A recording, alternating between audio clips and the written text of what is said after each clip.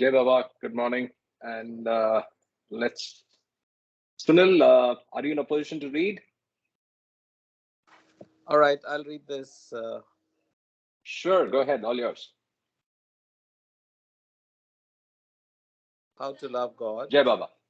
Jai Baba. To love God in the most practical way is to love our fellow beings.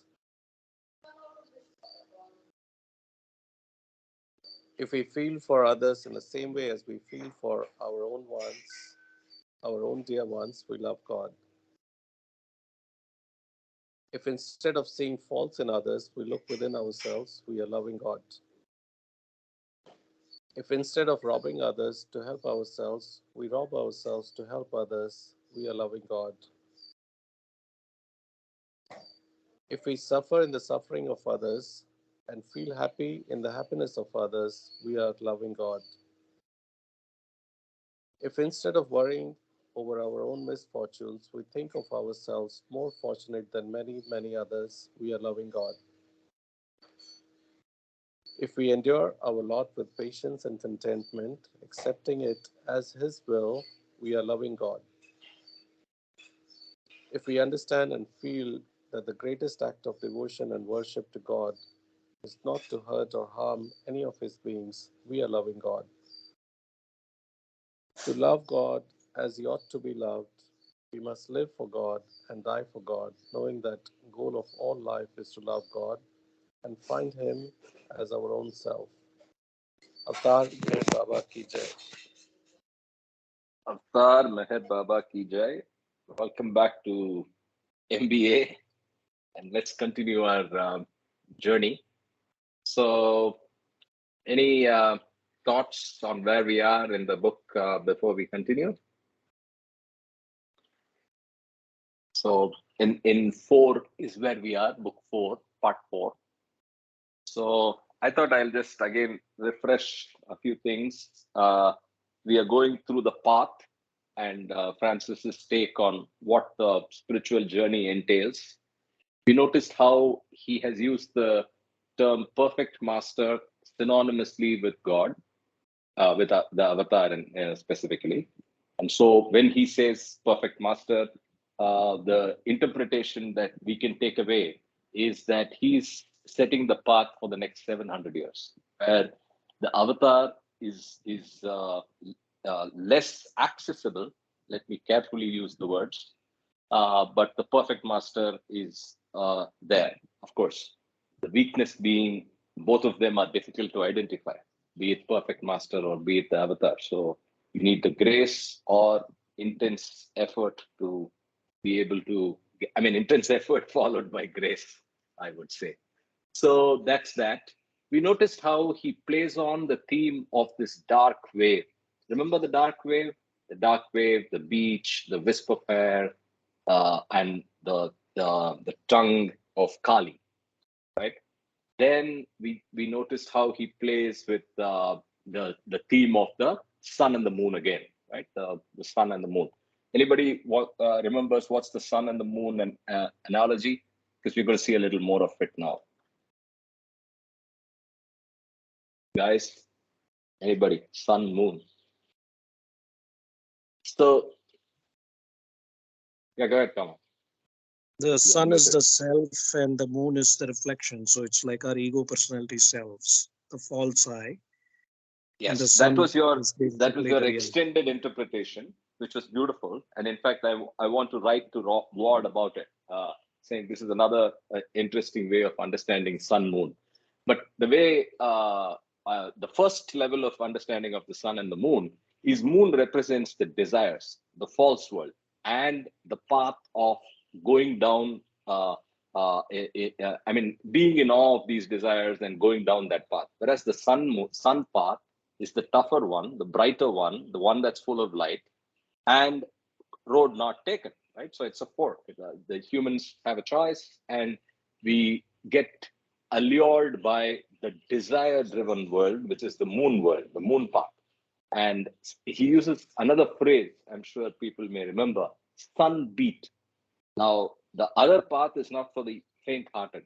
You get beat up there, right? So it's the sun beat, right? And moon is more related to the path of desire, and hence pleasure and the softer aspects. So beautiful Yeah. extension of that by karma, beautiful extension of that by karma to actually link it to the physical attributes and physical positions of the sun and the moon in the cosmos, where one of them emanates real light, one of them is actually full of fire, and the other merely reflects, right? So that's a good Yeah. extension of that analogy. Go ahead, Sanjay. Yeah. Basically, sun is there stationary, right? And Correct. moon is typically understood to be rotating around, That's another one. rotating around the sun. So, and moon, as you said, is a lighter and softer uh, aspects, and then sun is, yes, yeah, tougher and challenging to be around sun. Yeah. Yes.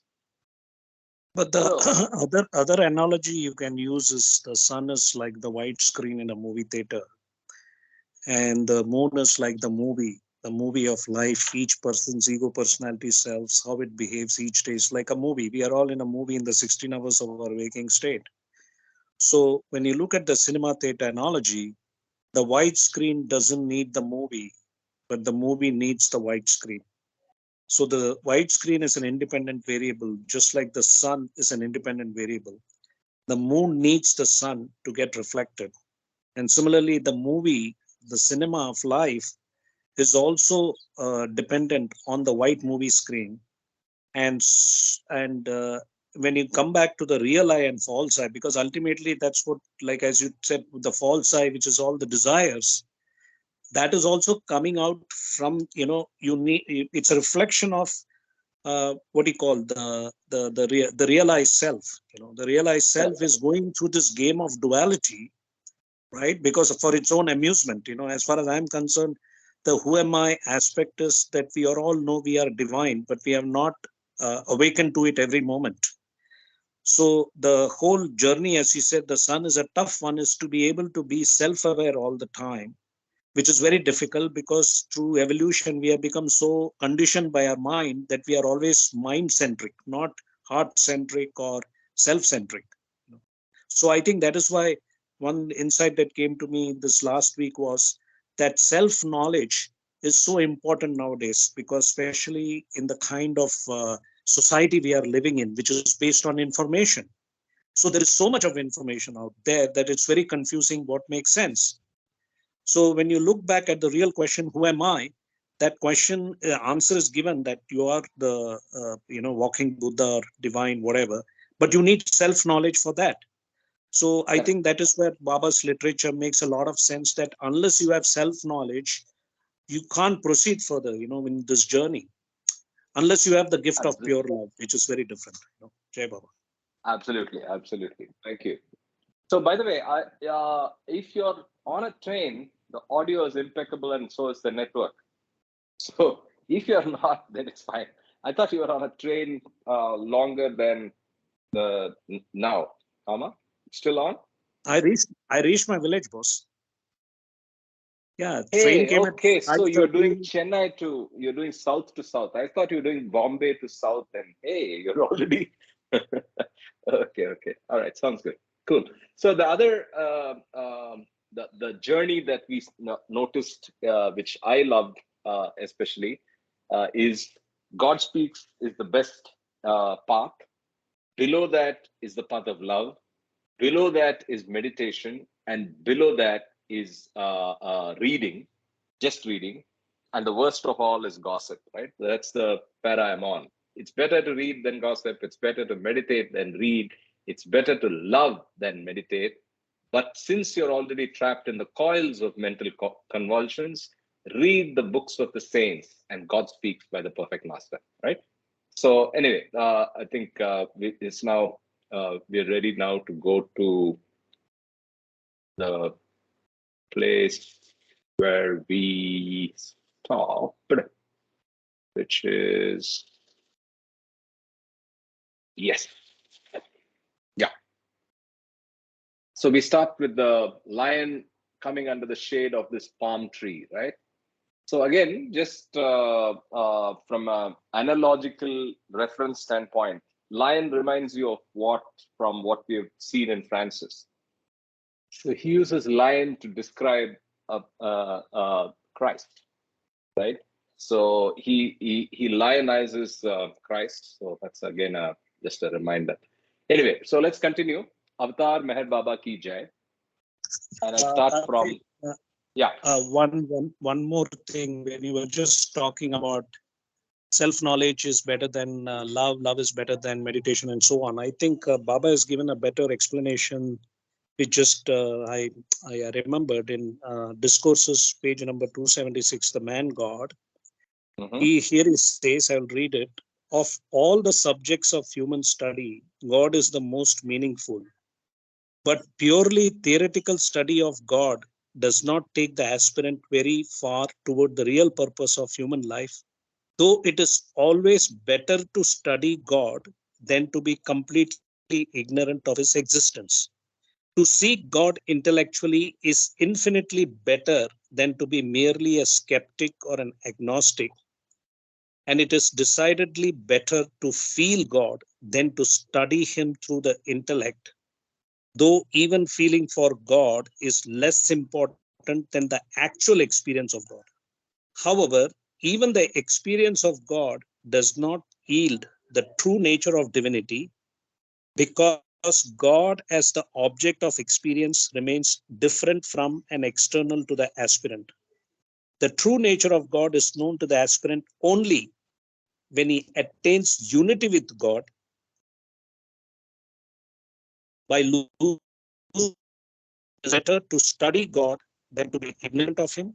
It is better to feel God than to study him.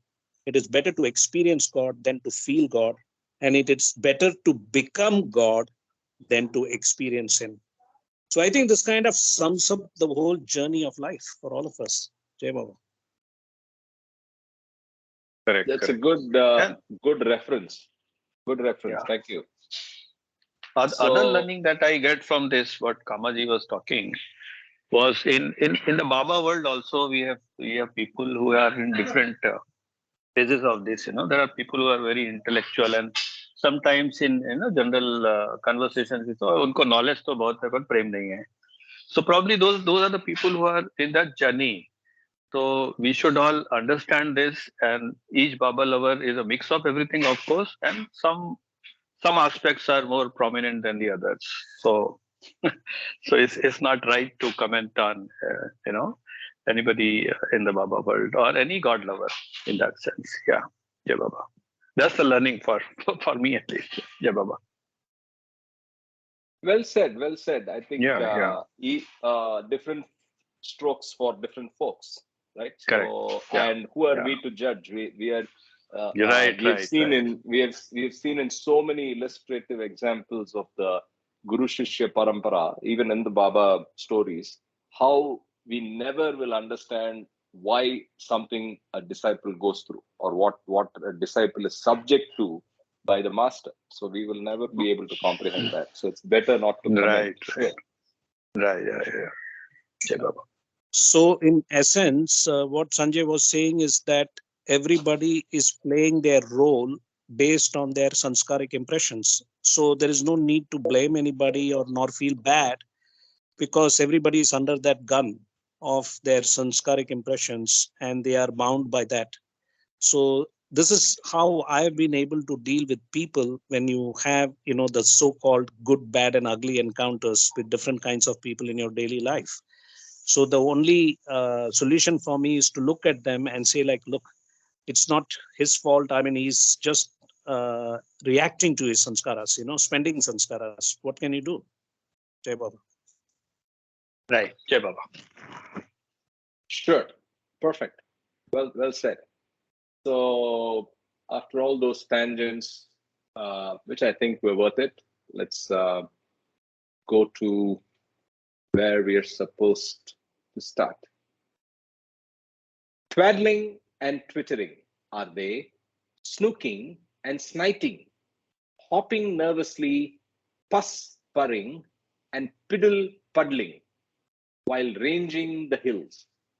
his glorious mane sweeping the earth, and the roar of his throat gathering itself for the day of his lovely utterance, is the Lion of God, Christ, the perfect Master.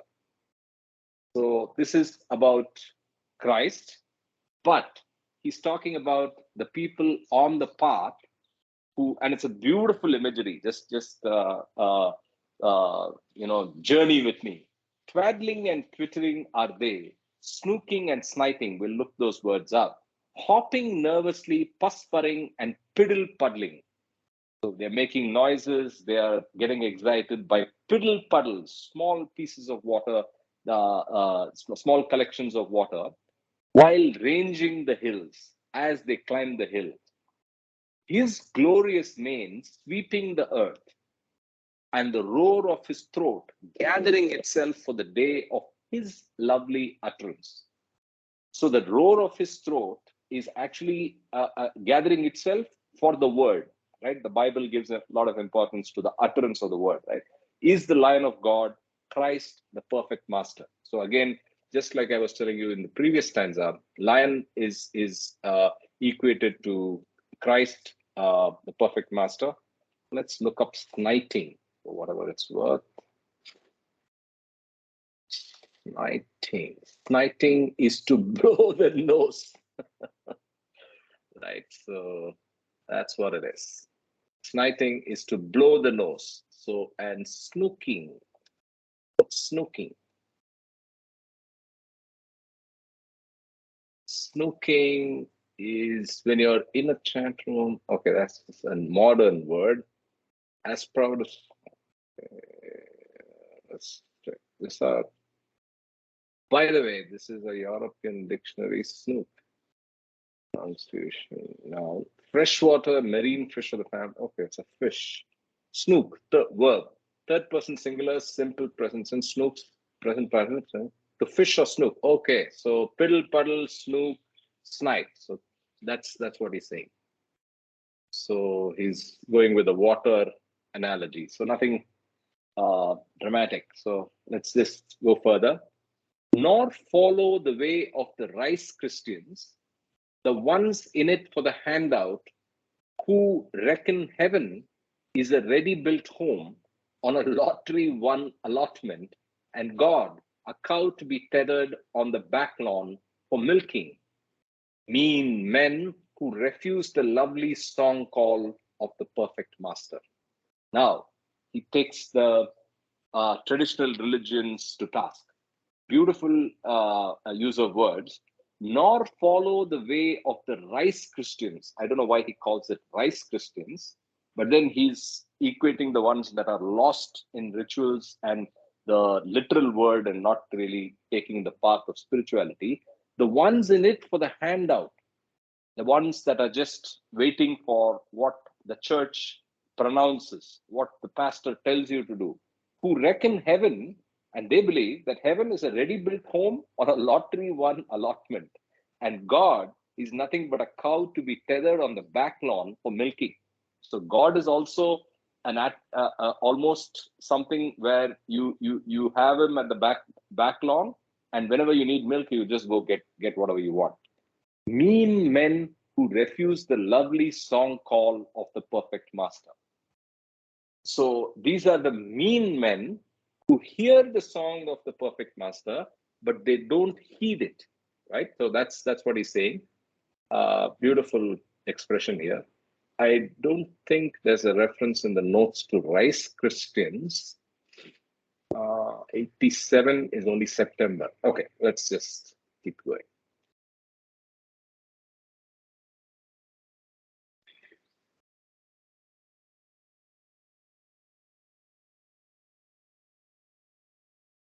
Nor follow those who close their eyes and behold themselves infinitely desirable and repeat the formulae of their own names, or breathe on the in-breath magnifying themselves, on the out-breath exuding self-stench, while even the dumb earth swims in the perfumed breath of the perfect master. So Again, people lost in rituals. He's probably now beating up people who are doing some sort of meditation, repeat the formulae of their own names, or breathe. And then he equates the in-breath and out-breath to everything about themselves, right? On the in-breath, they magnify themselves. On the out-breath, they exude self-stench, right? So, nor dung your eyes and ears with pigments and words and sounds of seeming relation, blinding your eyes to the lovely model of man and your ears to his singing. Nor theories nor works will avail to imprint in your hearts the form and message of the perfect master. So he goes on to explain what these people do. They are blinding their eyes to the lovely model of man. So, model of man is a phrase to describe the perfect master. And that fits in very well with the way it's defined even in discourses, right? And your ears to his singing. So we close our ears to his beautiful singing. Nor theories nor works will avail to imprint in your hearts the form and message of the perfect master.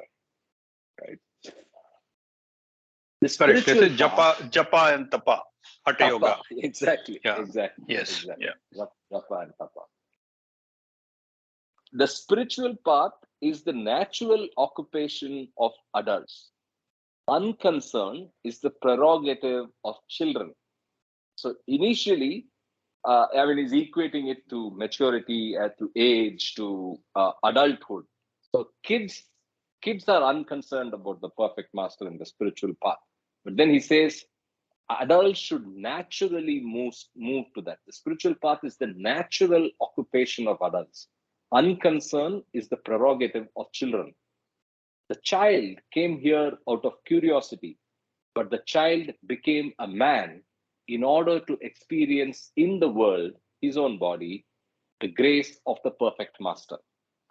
So the child gets an opportunity to become a man in order to experience in the world, when he is still in the world, in his own body, the grace of the perfect master. Oh, in the dawn, I heard the news being bandied about. Today is being spread the feast for the tavern keeper's son. I would sweep the floor of the tavern with my eyelashes if there was any chance of being invited to a drinking bout with the disciples of the perfect master. So he gives an example of something that's going on. Today is being spread the feast for the tavern keeper's son. Now, there's two deeper analogical references here to the tavern keeper's son. The Sufi one, which is basically wine is divine love and wine is actually poured out in a tavern and so on and so forth. But I think he is saying tavern keeper's son because of Baba's early work in a tavern in Pune, right? He used to actually work in his father's tavern, and that analogical reference is what beautifully Francis is bringing here.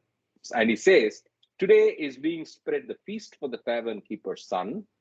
And then he says what he would do to make sure he gets to drink with the disciples of the perfect master. He says he'll sweep the floor of the tavern with my eyelashes if there was any chance of being invited. So to get a chance to get invited and participate in this feast, I would be sweeping the floor of the tavern with my eyelashes. So someone can help me here. Did we see this reference to tavern and sweeping the eyelashes before, or it's just me and my ward parts listening, which is confusing me? Have we heard this analogical reference earlier in the book? Anybody? Does anybody remember? I remember tavern for sure, but I think the sweeping the eyelashes is a beautiful phrase. I don't know if this is the second time it's occurring. I'll look it up later, but I just want to check if anybody remembers. No? Okay. And I think it is second time. thank you. We'll look it up and confirm that. Thank you.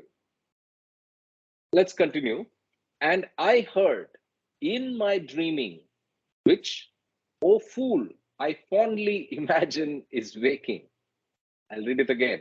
And I heard in my dreaming, comma, which, comma, O fool, I fondly imagine is waking. The sound of great drops of water splashing, and saw a fountain glorious in the sun, and knew or was told, these are the tears of compassion of the perfect master. He equates the perfect master's tears of compassion to a great fountain with drops of water splashing and looking glorious in the sun. Decked in tinsel of riches and position, a man is a caricature of likeness unto God, an idol of self-worship, adorned with divine qualities natural in a man. He declares his true sonship to the perfect master.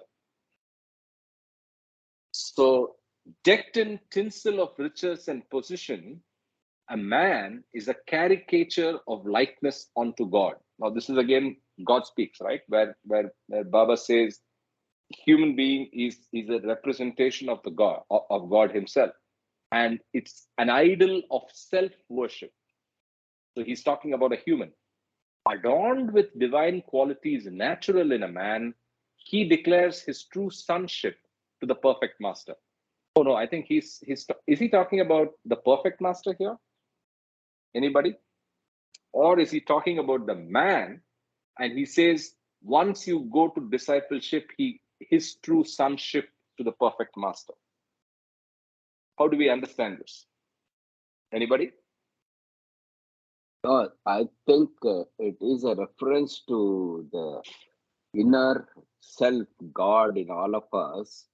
So we are trying to move towards that and realize that with the actual sonship towards the avatar or perfect master. So this is the path to go to your own self, go through the grace of the perfect master or the avatar.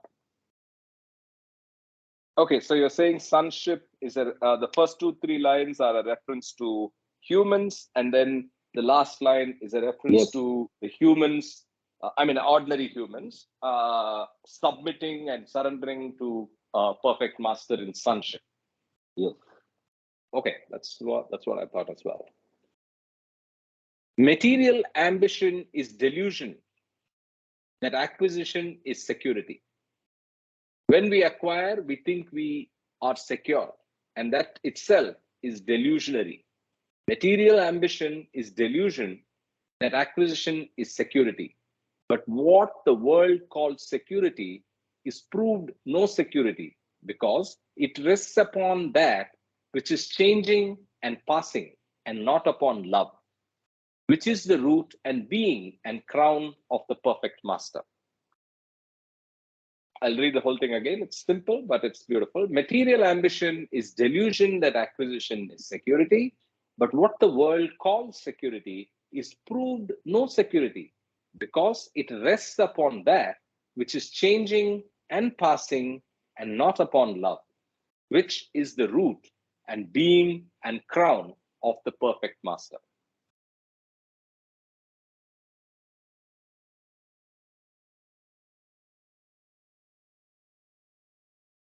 Okay. Self is not any of the conditions or qualities it imagines, nor somebody, nor nobody, nor accomplished, nor unaccomplished. All these are impressions, impressioning mind, the vehicle of self. The natural condition of self is love. Its demonstration is the being and life and acts of the perfect master. Self is not any of the conditions or qualities it imagines, nor somebody or nobody, nor accomplished nor unaccomplished. All these are impressions, impressioning mind, vehicle of self. The natural condition of self is love. Its demonstration is the being and life and acts of the perfect master. So the natural condition of the self is love, and the perfect master is the perfect representation, manifestation, demonstration of it in his life and actions. Remember the love of your loves. All are pleased with the gift, but few praise the giver until another snatches away the gift. Behind the sun days and the moon nights is the glory and gentleness of the sun and moon of the perfect master. What we receive as gifts are rarely praising the God, the giver. The giver with the big G, I presume, is the divine. Until another snatches away the gift. This is so natural. So we don't give credit where it is due to God, but when it is snatched away from you, the first person we think of complaining is about God, is about that giver. So remember, the love of your loves, all are pleased with the gift, but few praise the giver until another snatches away the gift. Behind the sun days and the moon nights is the glory and gentleness of the sun and the moon of the perfect master. Beneath the cry and complaining for position and honor is Yeah, Yeah. in this stanza, what is the last line refers to? Of the sun and the moon of the perfect master. Grace and the say different moods of the perfect master, which may make you suffer also. Yeah, So the other, so if you look at the sun and moon analogy, apart the other analogy that Francis uses is probably what you correctly picked up. Thanks for that. The other analogy is the Jalali and the what's the other one? Jalali and Jamali. So moon is Jalali. I mean, sun is Jalali and moon is Jamali. So there you go, the glory and gentleness of the sun and the moon. That's a good way of understanding it. Or the glory is the sun and the gentleness is the moon, right? Is that a way of looking at it? okay, but I was remembering the sun and moon, which we alluded to in the earlier part of today. So Yeah. taking it as say grace of the perfect master, sun, and moon Yeah. being the bestowing of say all the materials or problems that we face in the life. So he says you learn through suffering. Baba repeatedly says that go through the suffering, it is a phase for you to learn. Correct. Yes, Agreed. yes. I continue. Beneath the cry and complaining for position and honor is the cry and weeping of the soul for self established existence. Beneath the fret and restriction is the restlessness and the bond breaking and the going forth from oneself to self, who is none other than the perfect master. So, in the journey as ordinary men, as ordinary humans, there are two levels in operation. The cry and complaining of position and honor is at the superficial level, at the material level. It is actually the cry and weeping of the soul for self-established existence, self with being with a big S. So existence being one of the realities, Mama's favorite. Beneath the fret and restriction is the restlessness and the bond breaking and the going forth from oneself to self, who is none other than the perfect master. So all this fretting and all these restrictions is the restlessness and the breaking of the bonds and attachments that we have and going forth from oneself to the big S self, who is none other than the perfect master, which is God. There is music struck with the hand or labored to voice utterance. There is the Maybe unstruck we music can of have a comment by comma on that stanza. comma on popular demand. Yes. Comments.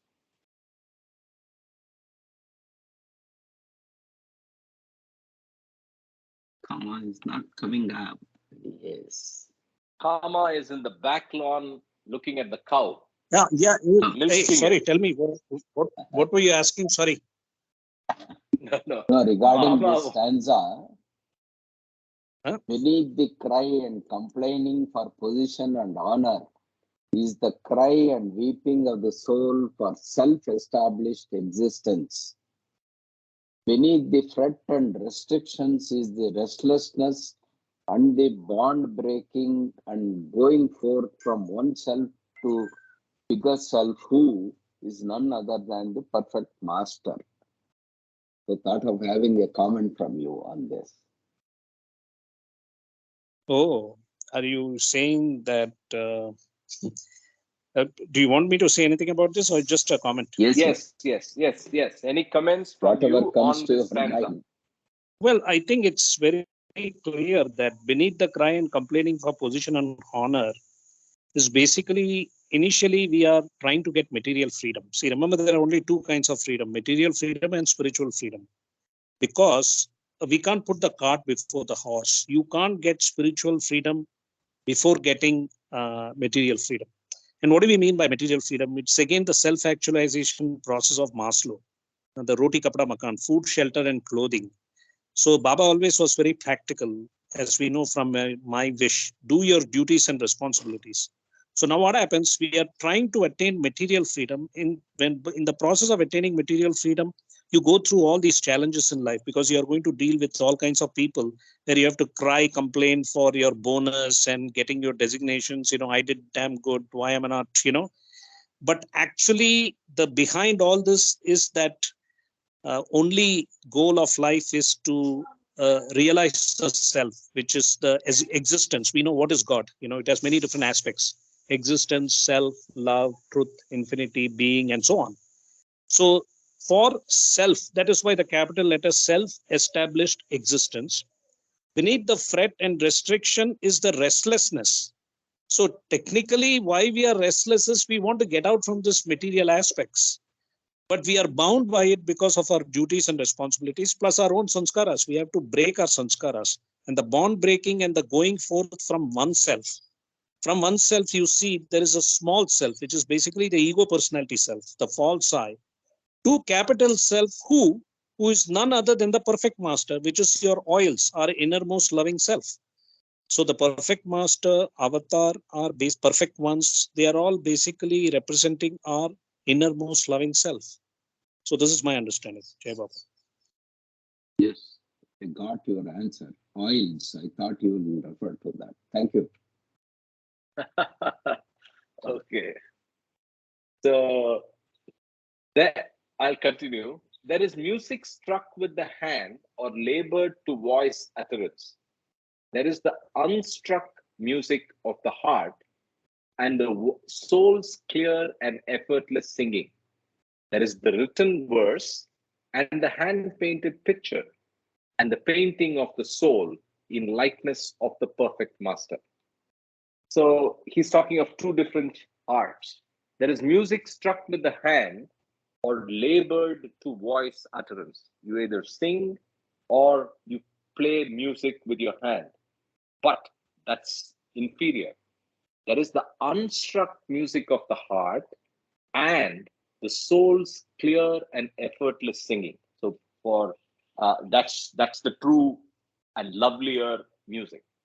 There is the written verse and the hand painted picture and the painting of the soul in likeness of the perfect master. So these are the real art. There is the written verse and the hand painted picture and the painting of the soul in likeness of the perfect master. Now, this is again a broader theme that Francis loves. And he says, art which cannot be the likeness of the perfect master, art that cannot talk about God, cannot talk about divinity, cannot talk about spiritual path, is any day inferior, right? So we picked that up in the first book itself. So he re-emphasizes that here. September of the passing year, an eternal spring, soft winds laden with the orchard's sweetness, and the breeze coming from the garden of the beloved. A choice easy for the plainsmen, but hard for us who have not yet found favor with the perfect master.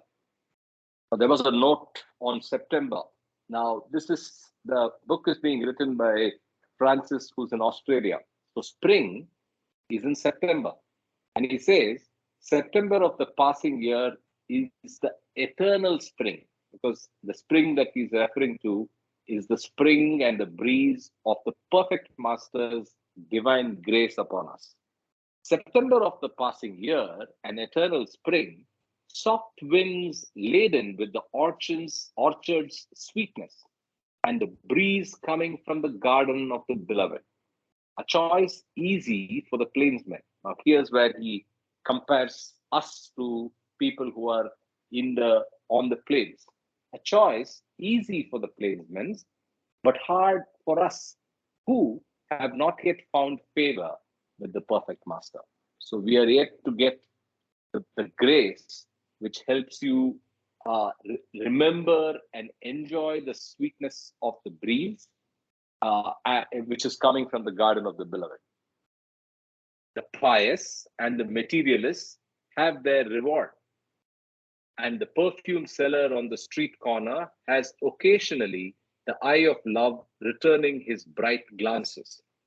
But we who have no love, nor piety, nor hope of rewards, nor work in the service of the perfect master. So he says, even those who are not on the plains, but they are pious and materialist, they do occasionally get the eye of love returning his bright glances. He's talking about bhakti here in a big way, right? So in the true love of God, they still will get the reward from the perfume seller on the street corner by his bright glances. But we who have no love, nor piety, nor hope of rewards, nor work in the service of the perfect master, what hope do we have? That's the point he's making. So he, now perfect master of God, so he has advised us to leave it to him. As aforetime, he told us to take no thought for tomorrow. Tomorrow means still hope. And he already has been hopeless and helpless on the roads of the world, that we may become helpless and hopeless of all save the perfect master. Wow, what lines here, right? So he brings in a phraseology from Baba's New Life, right? So he brings the hopelessness and helplessness phraseology from New Life, which Baba has quoted, but then he actually connects it to us in a very nice way. So he says surrender, right? So he has said, I'll read this line again. So what he's merely suggesting is, he's saying leave it to the perfect master, and the second thought that he leaves us with is the even postponing something is a fact of hope. But by the act of the new life, Baba has shown us that hopelessness and helplessness, except full surrender to perfect master, is the better way. Don't even hope for anything. Don't even look for help from others, and leave it all to the perfect master. Let's read it again in that context. So he has advised us to leave it to him. As aforetime, he told us to take no thought for tomorrow. Tomorrow means still hope, and he already has been hopeless and helpless on the roads of the world, that we may become helpless and hopeless of all save the perfect master. There is a play of words and feeling that regarding the two accidents also which Baba faced on the roads of the world. Yeah, possible. Hopeless and helpless on the roads of the world. Yeah. With the two accidents including.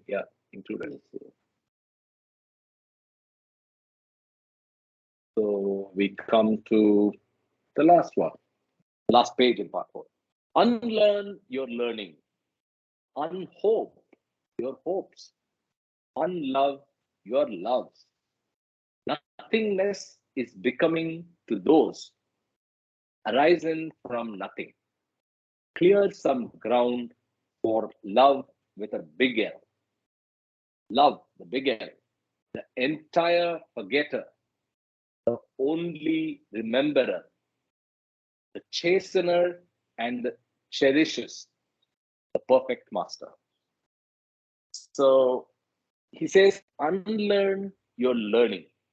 Unhope your hopes. Your hopes are misplaced. We just saw how that they are misplaced and unworthy. Unlove your loves. Move away from the material aspects of love or the material love. Nothingness is becoming to those arisen from nothing. Clear some ground for love. Love the entire forgetter. So he says, make space for love. And love is the entire forgetter. Love helps you forget. And the only rememberer is the chastener and the cherishes, the perfect master. Right? Any thoughts on this? Nothingness is becoming to those arisen from nothing. So we have to go back. That line I was trying to repeat, I think. Nothingness is becoming to those arising from nothing. So nothingness is not empty, but it is actually becoming for those who are arising out of nothing. So unless we That's all of us. come out of duality, we cannot become. We still will be thinking of nothing and nothingness, duality. Jai Baba. Correct. Jai Baba. And seek the glorious one thyself, unborn, undying, unfretted, unfretted, and undismayed. Thyself, creator of heaven and earth, unloved, unhated, but love perfect and existent alone in self. Thyself in the form and being of the perfect master. So he describes the true nature of the self. So, and seek the glorious one thyself.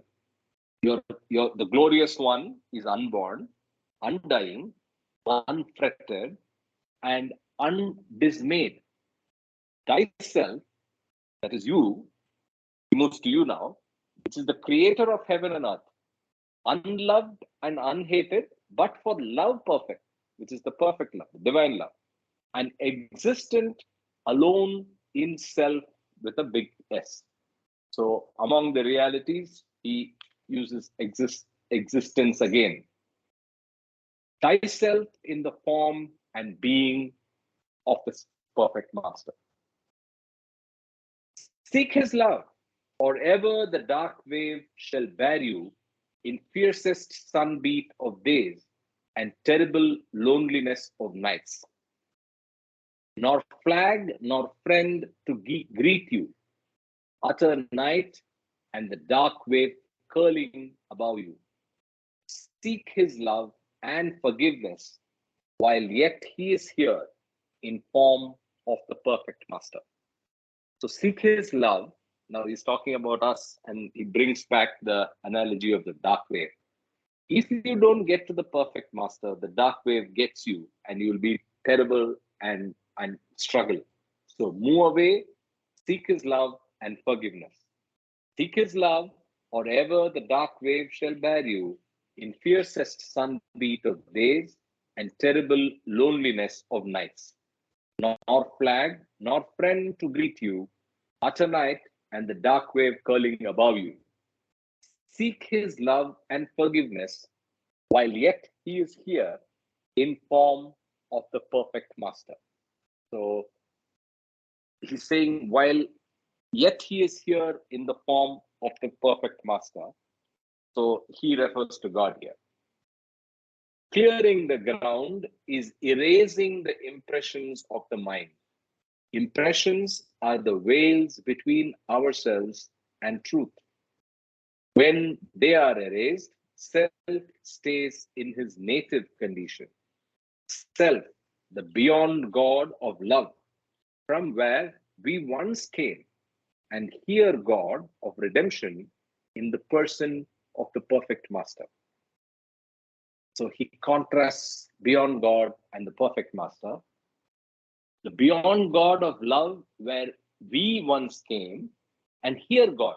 So he's talking describing perfect master as here God, and here God of redemption, the God that gives us redemption in the person of the perfect master. The perfect master, the man God who was a man who became God, who became a man, the perfect master who is God directly descended, who takes the wheel of the world car from the hands of the perfect master's number one driver and drives the new circuit and establishes correct lap time of all perfect masters, the perfect master. Now, a very nice example. So, the let me give some context and then we'll read it again. So he's saying he's actually talking about Avatar here, and he's saying how the Avatar comes and readjusts everything. So, do you remember in Baba's message the word of the word true? So he says trues the self, trues the people, right? So yeah, in the same way, I was reminded of that word now, but basically it's a reset that the avatar does, right? So he resets nature, he resets reality in this nothingness, and he resets and pushes people, gives a huge spiritual push to everybody. And the analogy he uses here is a driver of a sports car who sets the new lap time. New lap time, a lap is one round. So he sets the new lap time and creates and sets the speed for the future, right? So with that in mind, let's read this again. The perfect master, the man God, who was a man who became God, who became a man. The perfect master, who is God, directly descended, who takes the wheel of the world car from the hands of the perfect master's number one driver and drives the new circuit and establishes correct lap time. Of all perfect masters, the perfect master. So here he's talking about taking the reins from the Kutub and becoming the Kutub Irshad, which is the God man. So if you look at the second line, the perfect master who is God directly descended, who takes the wheel of the world car from the hands of the perfect master's number one driver. So among the five, there is one who is the number one driver, but he takes the world car from that person. And who does that? Is the God man. And drives the new circuit and establishes correct lap time. Of all perfect masters, the perfect master in italics. So he's now talking about the avatar. This verse Jai Baba. Yes, go ahead, Kama. I think there I'm a little, okay, let's look at the line, the perfect master. Then he says, the man God who was a man, who became God, Yes. who became a man. Yes. And then he says, the perfect master who is God directly descended, who takes the wheel of the world car from the hands of the perfect master's number one driver. Now, the perfect master's number one driver is the Irshad-e-Kutub. Within the five perfect masters, there is the head. That's And one of them. Yeah. so Shirdi Sai Baba was called the Kutub Irshad, the head of the perfect masters. Okay. So this is my understanding. The perfect master actually, the it should be called the supreme perfect master. And then instead of man God, for me it should have been the God man who was a man. Because if you look at the avatar, who is the first avatar? The first avatar is the first human drop soul who became God realized through the eternal avataric infinite consciousness state to be, without the help of a master in human form, because the eternal avataric infinite consciousness descended into that first human drop soul and made himself realized. And then he became designated as the avatar or Rasul, right? The chairman emeritus. So, Yeah. so that is why I'm a little, So it should be. let me stop you there. Let me stop there for a we minute. can take it in a different So way. this, sure, go ahead. The perfect master is the man God who was the man who became God. That is the first advent. And then he became a God after all the travails. And then once again he becomes the man. That is the avatars coming up next.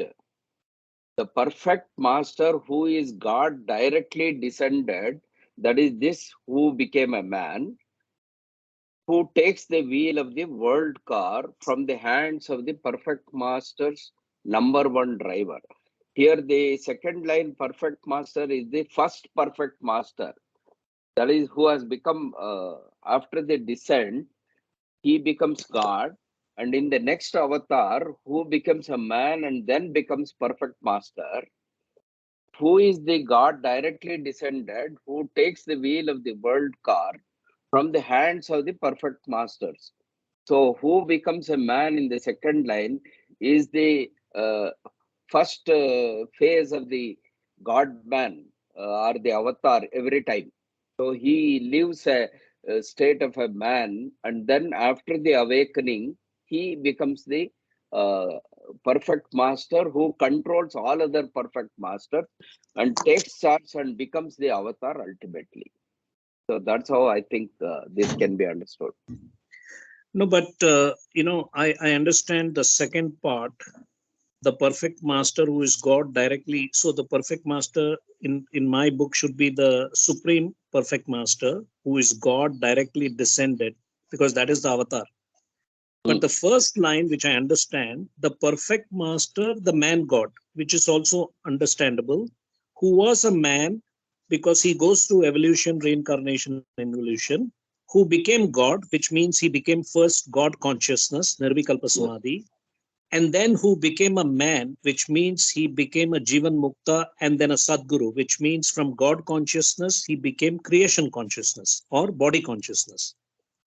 So this particular line I understand from that point of view.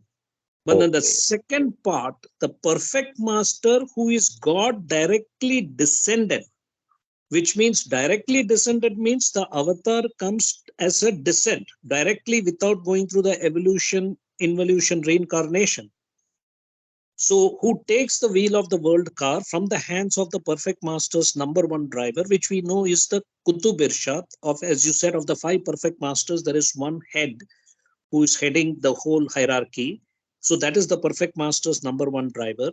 And I think it's mentioned in Baba's literature, both in Discourses and God Speaks, that once the avatar comes veiled and then he becomes unveiled through the perfect masters, then the Kutub Irshad surrenders his role to the avatar, because the avatar is now taking care of business. So, Jai Baba. Yeah.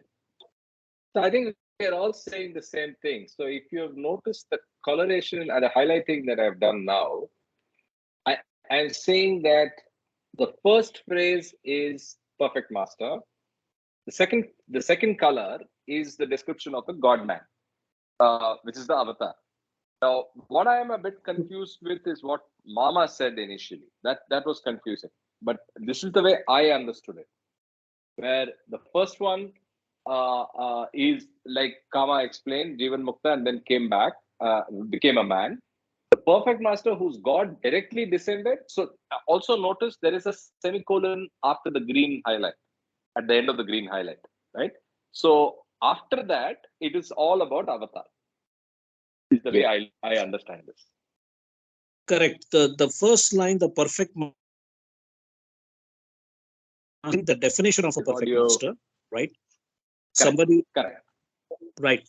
Somebody who goes through the evolution, reincarnation, involution process, who was a man, and then he becomes God or God consciousness state, and then he comes down to the creation consciousness state, and he becomes either a Paramahamsa, Jivan Mukta, and of course, the perfect master is somebody who is perfect master, yeah, who is in Sahaja Samadhi. Sahaja Samadhi means simultaneously imbibing in the God consciousness and creation consciousness state, as well as the definition of a perfect master is directly functions with creation.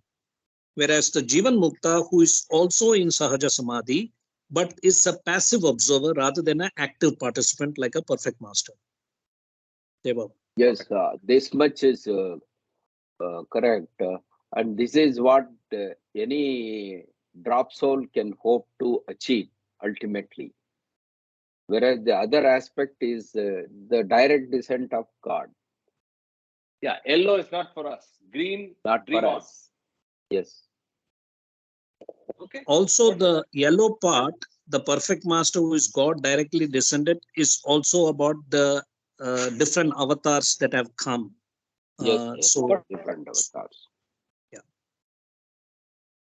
And then the last part is where he says what is the role of that avatar. So firstly, he takes over from, like you said, the chairman and becomes the chairman, and they hand over to the avatar, right? We have learned how Shirdi Sai Baba handed over to is the CEO, the Chief Executive Officer of the managing board, the board of directors. The 5 perfect masters can be considered as the board of directors, under which one of them is the chief executive, so Kutub-e-Irshad, whereas the chairman emeritus is always the avatar, eternally speaking. Correct. Who is the first drop soul who became God realized. So when the chairman comes down, the CEO gives up his CEO-ship, something like that. I mean, if you're taking that analogy, corporate Sanjay, you have to tell us after the avatar becomes God realized. Remember, the avatar himself is not self-realized till a certain age, till he meets the perfect masters and gets enlightened. Correct. Which is what happened to Baba through Upasani Maharaj and all those other people. Correct. Yeah. Other Baba Jan and then Upasani Maharaj. Yeah. Perfect. Okay, so then he summarizes his message. So now you understand how he uses the word perfect master right through this part, right? So this is a definitive para. The perfect master avatar. One more input is that establishes correct lap time. So this is also, as Baba has told, so each time there is a increased awakening or realization for everyone, and the spiritual movement is gaining momentum. So we can take it like that. Correct. And he's readjusting something. He's setting something. Yes. And all that is beautifully brought out with a very modern analogy, right? Yes. So the laps of the cars keep going all around the circuit. But then he drives the new circuit and establishes the correct lap time. So the new circuit is the new path that he is defining as avatar. And then how much time does it take for doing a lap is also set by that God man. So beautiful, right? So the world car is running, and then the perfect masters are in their own circuit. They're doing some other stuff. But after the avatar's advent and his taking over, once he takes over, he drives the new circuit, says Francis, and establishes correct lap time of all perfect masters, the perfect master. Beautiful. So the perfect master, avatar, who is Jai none. Baba. Okay. Yeah. Oh, go ahead. Finish this and I will quote something from Discourses. You finish this line. Sure.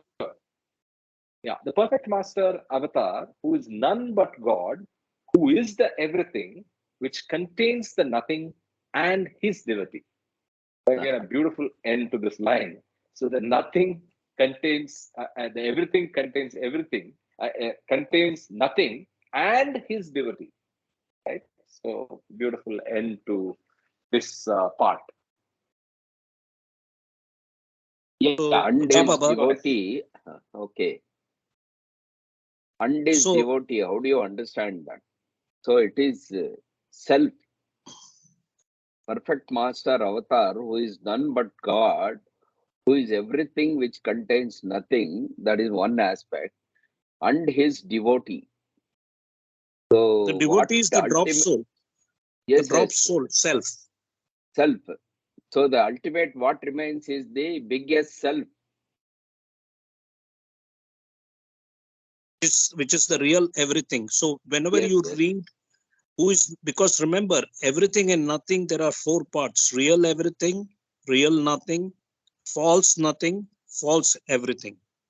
Yes. So the false nothing and false everything starts with the whim, whereas the false everything is the Paratpar Parabrahma state, where you are unconscious of the divinity, which is basically contained within that real everything. But what I want to say out here is there is an introduction of Discourses on page 17, where he says, when in the Discourses introduction, as described in detail in the discourse, the avatar, it is the periodic manifestation of God as the avatar, the God-man, the Messiah, the Buddha, the Christ, the Rasul, that brings about the spiritual rebirth of humanity. I think this is the driving the new circuit and establishes correct lap time could be connected to this bringing about the spiritual rebirth of humanity. For it is the avatar who releases a spiritual dispensation that assumes unlimited dimensions, independent of the grace of the perfect master. The grace of the avatar flows to all alike at every step toward the truth, provided there is intense love and longing for God. It is not just during the period of his physical presence that the guidance and the grace of the avatar are available. He is not only for contemporary humanity during his advent, but for posterity as well. His grace and his guidance toward the truth are constantly accessible and available to one and all. In all instances, to attain the goal and make the final leap from the realms of duality to the abiding experience of the oneness of reality, it is necessary to have the grace of a living perfect master or of the avatar who is the eternal living perfect master. Let me read this again. In all instances, to attain the goal and make the final leap from the realms of duality to the abiding experience of the oneness of reality, it is necessary to have the grace of a living perfect master or of the avatar who is the eternal living perfect master. So there is a subtitle, this revealing discussion of the unique availability of the avatar at all times is from one of Meher Baba's Mandali or close disciples. Then on page 268, where there is the chapter on avatar, it says, avataric periods are like the spring tide of creation. Springtime. They bring a new release of power, a new awakening of consciousness, a new experience of life, not merely for a few, but for all. I think this is the digital All economy humanity. that we are talking about. Qualities of energy and awareness, which had been used and enjoyed by only a few advanced souls, are made available for all humanity. Life as a whole is stepped up to a higher level of consciousness, is geared to a new rate of energy. The transition from sensation to reason was one such step. The transition from reason to intuition will be another. Every advent of the avatar, the God-man, Messiah, Buddha, the Christ, the Rasul, is the direct descent of God on earth in human form as the eternal, living, perfect master. The five Sadgurus of the age precipitate this advent once in a cyclic period of 700 to 1400 years. Yeah, Bob. What is the first page Nice number connection. discourses? 17. Very nice connection. Thank you. But page 17. Okay. Thank you. Okay. So that is where we are. So we finish page. We finished this part. Let's continue. How much time do we have? There's another illustration.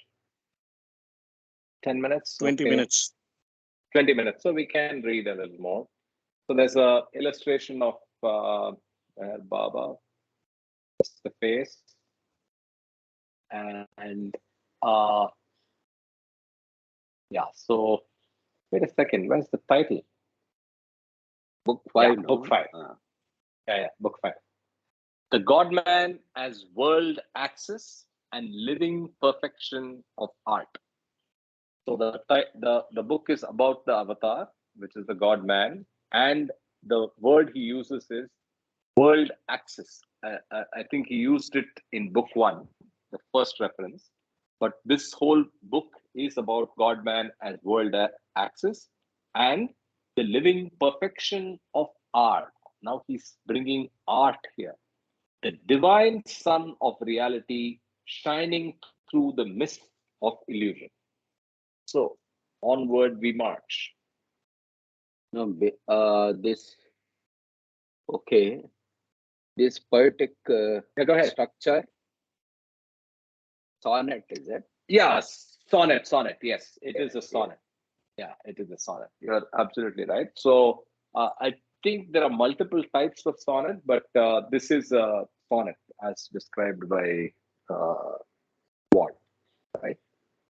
So yeah, so let's start with and see how far we can go. Before that, notes. Heresy. Okay, where did we see heresy in 87? Heresy is for the heretic and orthodoxy for the orthodox. But the dust of the rose petal belongs to the perfume seller.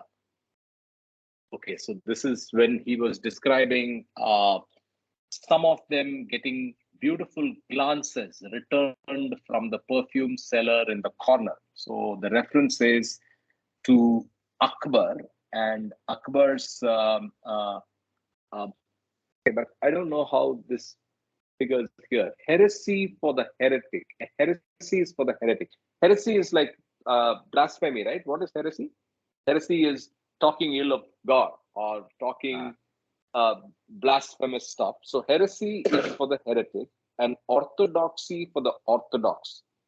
But he says the dust of the rose petal belongs to the perfume seller because he made the roses and he crushed them to create the perfume. The dust clearly belongs to the perfume seller. Okay. So what he's saying is there are different kinds of people who are talking. There are the ritualists who are just talking about orthodoxy.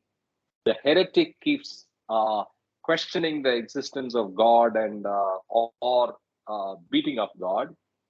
But the God as perfume seller actually just distributes the dust and dust of the rose petal, which is equated to divine grace. So he's playing on that. These are Francis's notes. So why he uses the perfume seller is because of this. So we can be very sure of that, right? So just, I'm glad we came back here. I'll probably quickly read that para as well so that we see it in this context.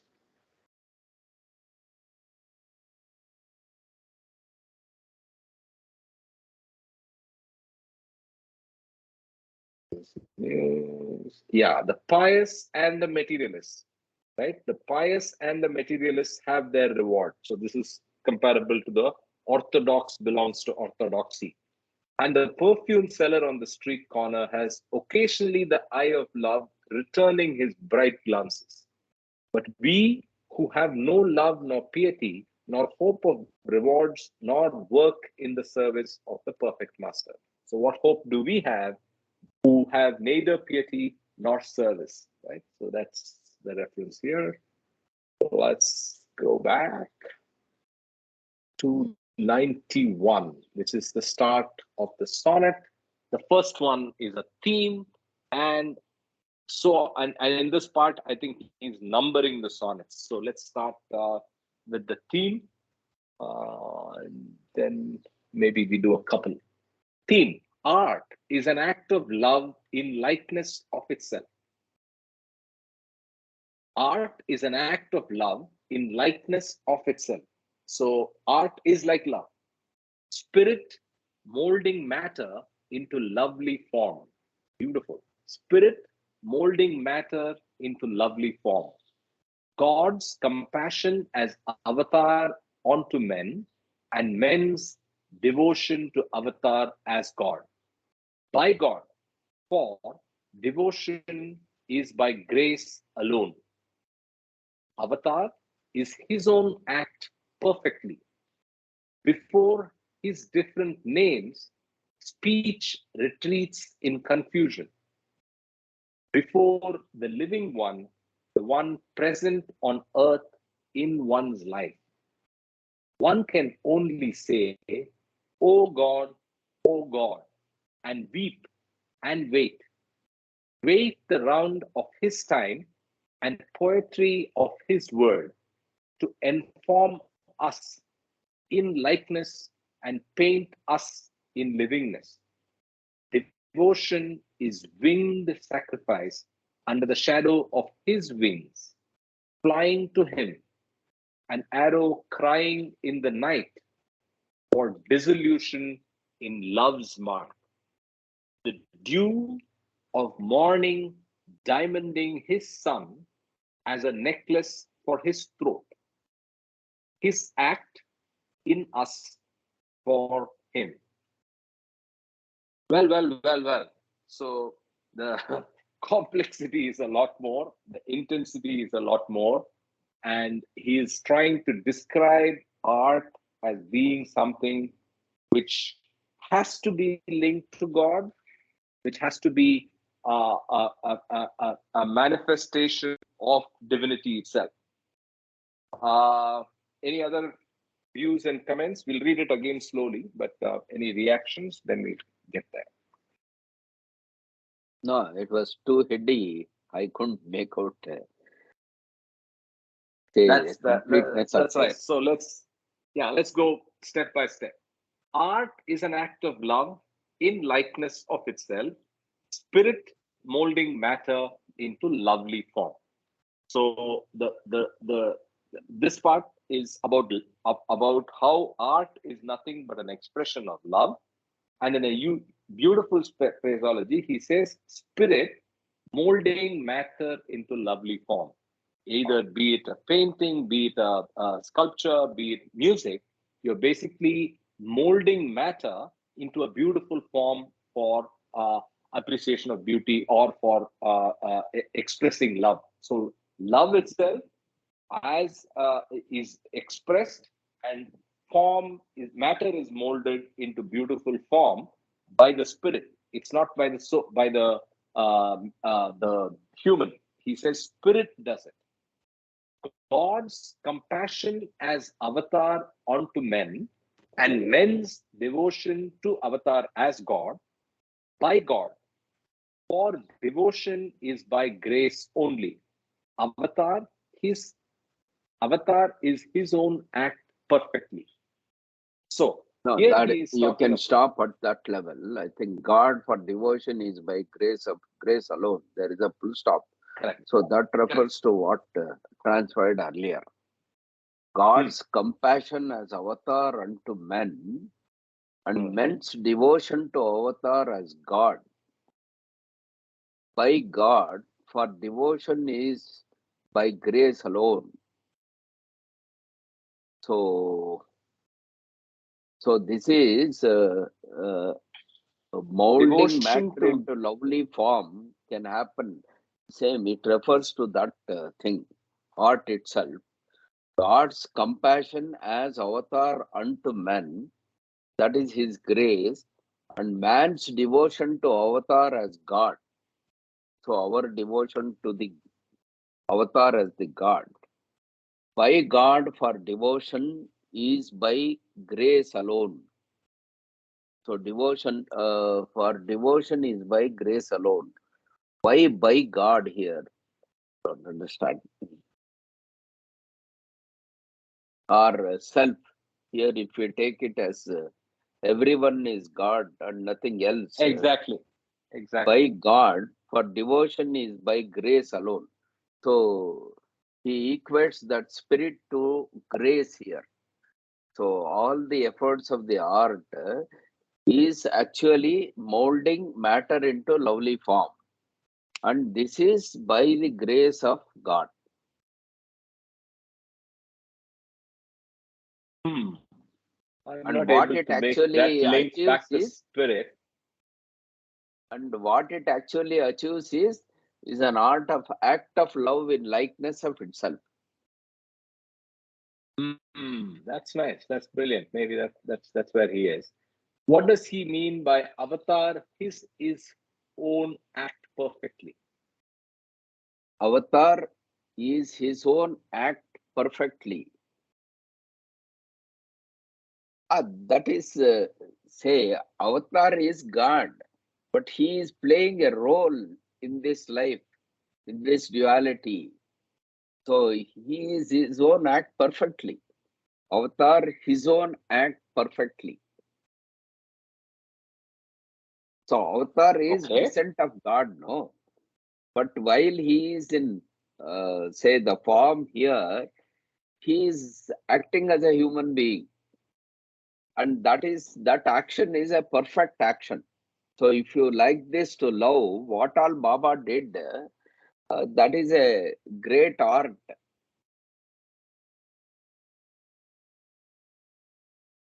Correct. Fair enough. So Before his different names, okay. Speech retreat. Before his different names, speech, retreat in confusion. So this retreat in confusion is a very good effort by Francis.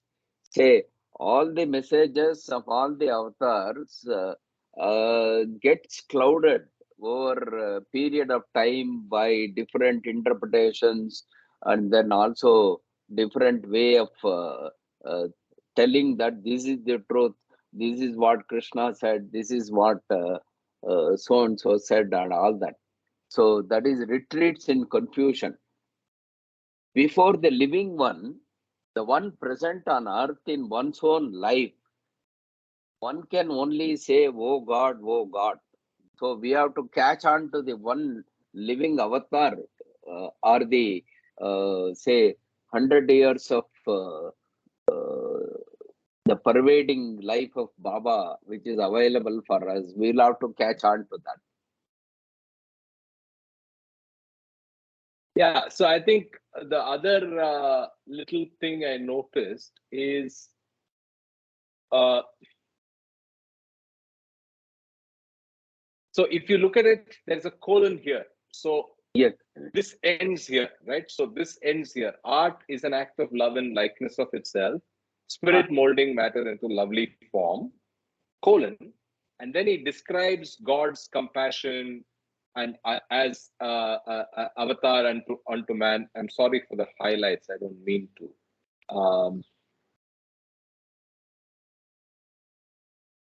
Yeah.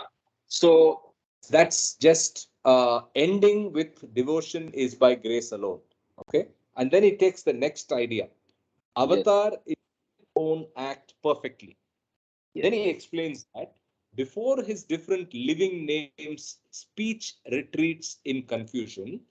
Before the living one, the one present on earth in one's life, one can only say, oh God, and weep and wait. So before the avatar, all you do is weep and wait and say, oh God. And you just use different names which just are speech retreats in confusion. That is, you're just repeating speech of his different names. Wait the round of his time and the poetry of his word to inform us in likeness and paint us in livingness. So again, it's the art analogy that's coming here. So he says, wait till the round of his time when he comes to the Advent, the time and poetry of his word to inform. Now, inform is make us inform, form us, or put matter in the form like a form, us in likeness, and paint us in livingness. He's saying the art is basically his creation of us itself is art. Devotion is winged sacrifice under the shadow of his wings, flying to him. An arrow crying in the night for dissolution in love's mark. The dew of morning diamonding his son as a necklace for his throat. His act in us for him. This is basically a self-referential line. His act in us for him. But then he gives a few reference visualizations. First is devotion. Devotion is a winged sacrifice. It's basically when you are devoted to somebody, you are sacrificing, and you are under the shadow of his wings, flying to him. Our devotion is dedicated to him, and and it's a sacrifice. But all this under the shadow of his wings. Then this is an older analogy, if you remember. He uses the arrow as the arrow of suffering, as the arrow of love coming from Avatar to us. An arrow crying in the night for dissolution in love's mark. So go to love's mark and dissolve itself. The dew of morning diamonding his son as a necklace for his throat. So he equates the early morning dew as a necklace, which creates a diamond. It creates a diamond necklace for his throat. All this is nothing but his act in us for him, right? So pretty heady stuff, but I think we kind of got to some place with the first sonnet. Yes. Right. His act So in us for him. for him, very So beautiful. self-recognizing self. Yeah. Very well. So on that note, we will pick up from the second sonnet tomorrow. Any thoughts First before sonnet. we?